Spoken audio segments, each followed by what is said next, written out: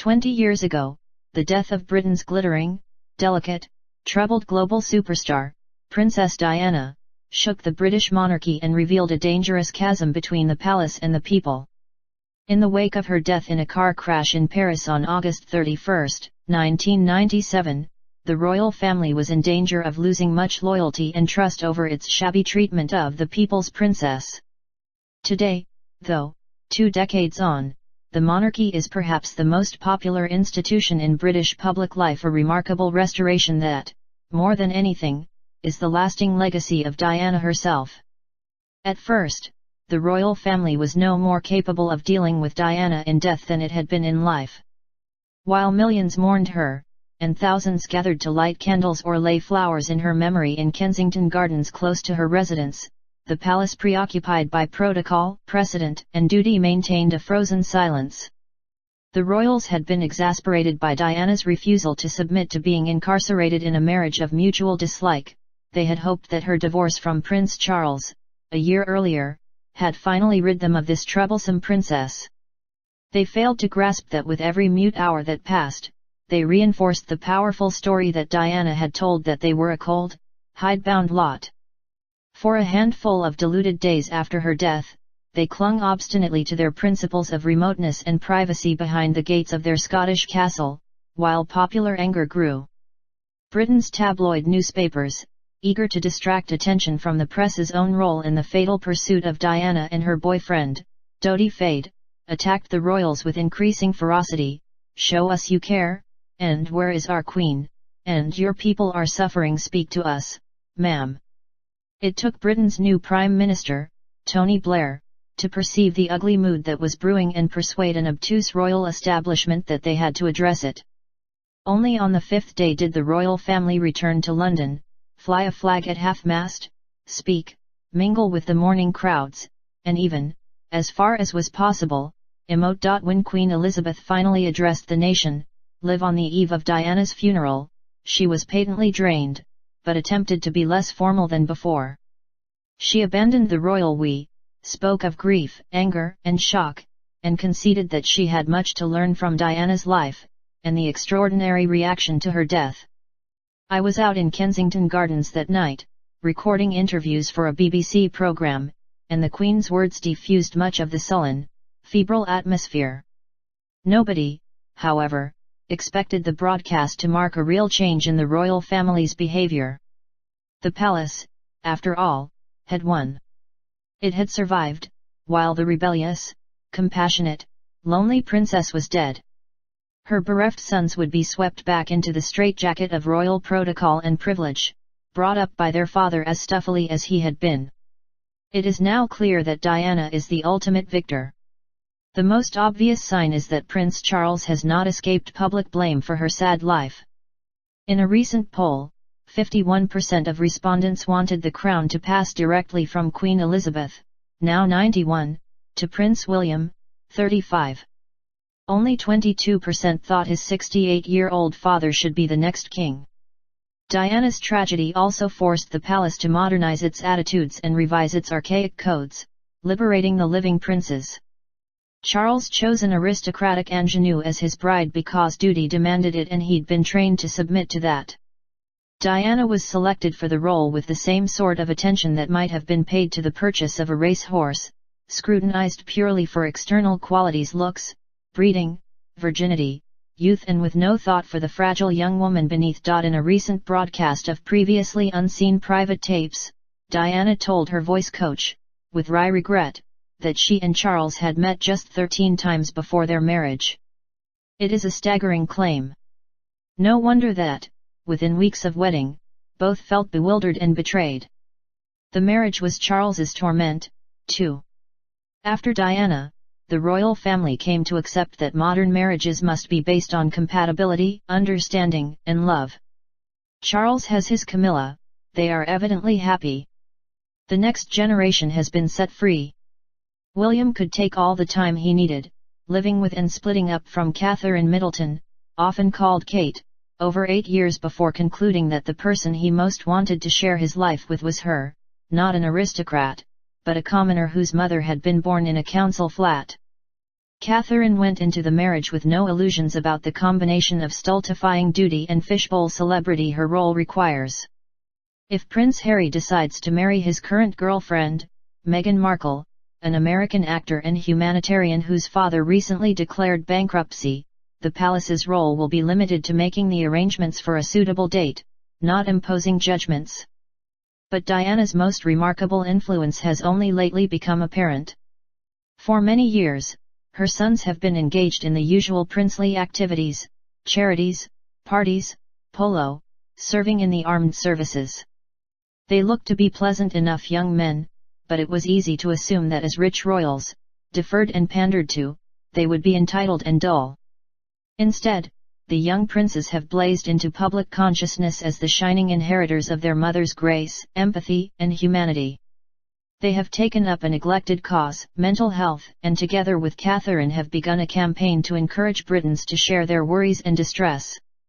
They have done so by talking with raw, disarming vulnerability and eloquence to a series of interviewers about the wrenching loss of their mother, their stoic if damaging attempts to ignore their own sorrow, and their realization that people everywhere are struggling with sadness, from the wounded soldiers with whom Harry served in Afghanistan to the injured people whom William airlifted in the ambulance service to the young mothers Catherine meets. Compellingly, they treat those they encounter with evident respect. By doing so, the princes have consciously broken with the conventional palace wisdom that, as the Victorian political essayist Walter Bagehot wrote in 1867, we must not let in daylight upon magic. The fear was always that the mystique of the monarchy would shrivel and die if human frailties were revealed. The princes, learning from the poignant example of their mother's private travails, have thrown open the curtains. The effect has been galvanizing, especially among the young. People who never cared much about the monarchy have been deeply impressed by the prince's thoughtfulness, humor, openness, and concern for others. Polls put their approval rating at close to 80%, far ahead of their fathers. Diana's sons combine the best of their parents, their mother's acute sensibility and their father's dutiful sense. Their impact is all the greater because William and Harry have shown just as British politics slumped into disarray. 20 years ago, it was a charismatic prime minister who effortlessly connected with the public mood, while the royal family looked incompetent and out of touch. Today, it is the politicians and the prime minister who are terrifyingly confused and inarticulate about the state of the nation, and it is the hereditary princes, with their honesty, their ethic of service, Harry's impetus and William's gravitas, who are the public figures offering some hope for the future. When the Queen dies, Charles will inherit the throne. A much misunderstood man who means well, he will not inherit the public's great affection for his mother. But that will not now be any threat to the monarchy's survival because his son's popularity will carry him forward. Diana's last gift to the family that both made her and helped to destroy her has been to refashion it for the modern age. Her bereft sons would be swept back into the straitjacket of royal protocol and privilege, brought up by their father as stuffily as he had been. It is now clear that Diana is the ultimate victor. The most obvious sign is that Prince Charles has not escaped public blame for her sad life. In a recent poll, 51% of respondents wanted the crown to pass directly from Queen Elizabeth, now 91, to Prince William, 35. Only 22% thought his 68-year-old father should be the next king. Diana's tragedy also forced the palace to modernize its attitudes and revise its archaic codes, liberating the living princes. Charles chose an aristocratic ingenue as his bride because duty demanded it and he'd been trained to submit to that. Diana was selected for the role with the same sort of attention that might have been paid to the purchase of a racehorse, scrutinized purely for external qualities: looks, breeding, virginity, youth, and with no thought for the fragile young woman beneath. In a recent broadcast of previously unseen private tapes, Diana told her voice coach, with wry regret, that she and Charles had met just 13 times before their marriage. It is a staggering claim. No wonder that, within weeks of wedding, both felt bewildered and betrayed. The marriage was Charles's torment, too. After Diana, the royal family came to accept that modern marriages must be based on compatibility, understanding, and love. Charles has his Camilla, they are evidently happy. The next generation has been set free. William could take all the time he needed, living with and splitting up from Catherine Middleton, often called Kate, over 8 years before concluding that the person he most wanted to share his life with was her, not an aristocrat, but a commoner whose mother had been born in a council flat. Catherine went into the marriage with no illusions about the combination of stultifying duty and fishbowl celebrity her role requires. If Prince Harry decides to marry his current girlfriend, Meghan Markle, an American actor and humanitarian whose father recently declared bankruptcy, the palace's role will be limited to making the arrangements for a suitable date, not imposing judgments. But Diana's most remarkable influence has only lately become apparent. For many years, her sons have been engaged in the usual princely activities, charities, parties, polo, serving in the armed services. They looked to be pleasant enough young men, but it was easy to assume that as rich royals, deferred and pandered to, they would be entitled and dull. Instead, the young princes have blazed into public consciousness as the shining inheritors of their mother's grace, empathy, and humanity. They have taken up a neglected cause, mental health, and together with Catherine have begun a campaign to encourage Britons to share attention that might have been paid to the purchase of a racehorse, scrutinized purely for external qualities, looks, breeding, virginity, youth, and with no thought for the fragile young woman beneath. In a recent broadcast of previously unseen private tapes, Diana told her voice coach, with wry regret, that she and Charles had met just 13 times before their marriage. It is a staggering claim.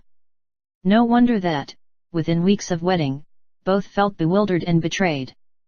The marriage was Charles's torment, too.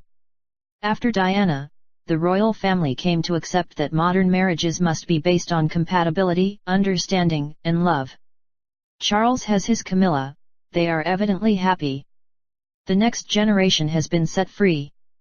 William could take all the time he needed, living with and splitting up from Catherine Middleton, often called Kate, over 8 years before concluding that the person he most wanted to share his life with was her, not an aristocrat, but a commoner whose mother had been born in a council flat. Catherine went into the marriage with no illusions about the combination of stultifying duty and fishbowl celebrity her role requires. If Prince Harry decides to marry his current girlfriend, Meghan Markle, an American actor and humanitarian whose father recently declared bankruptcy, the palace's role will be limited to making the arrangements for a suitable date, not imposing judgments. But Diana's most remarkable influence has only lately become apparent.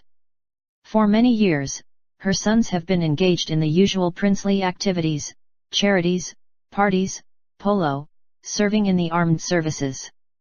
They looked to be pleasant enough young men, but it was easy to assume that as rich royals, deferred and pandered to, they would be entitled and dull. Instead, the young princes have blazed into public consciousness as the shining inheritors of their mother's grace, empathy, and humanity.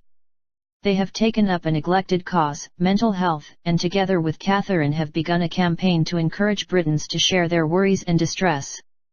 They have done so by talking with raw, disarming vulnerability and eloquence to a series of interviewers about the wrenching loss of their mother, their stoic if damaging attempts to ignore their own sorrow, and their realization that people everywhere are struggling with sadness, from the wounded soldiers with whom Harry served in Afghanistan to the injured people whom William airlifted in the ambulance service to the young mothers Catherine meets. Compellingly, they treat those they encounter with evident respect.